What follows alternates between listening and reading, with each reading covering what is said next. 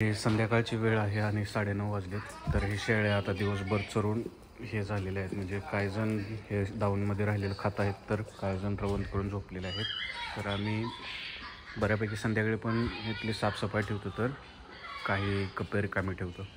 तर ह्याच्यामध्ये जर प्रॉफिट जर म्हटलं तर खूप प्रॉफिट आहे. ह्याच्यामध्ये तुमचा 10 ते 20% खर्च होईल. बाकीचं प्रॉफिटमध्ये जर तुमचं व्यवस्थित शेत असेल, शेतामध्ये तुमची मका असेल, गिनीगोल असेल, मेथी घास असेल आणि मका पण होत असेल, तर आम्ही तुम्हाला सांगतो की शेळ्यांना रोज सकाळी मका टाकावी लागते. त्याच्यानंतर गहू थोडेसे, त्याच्यानंतर पेंड वगैरे पण, आणि नंतर 10 वाजता त्यांना परत मेथी घास, चारा वगैरे, मकवानाची कुट्टी वगैरे हे ते टाकली जाते.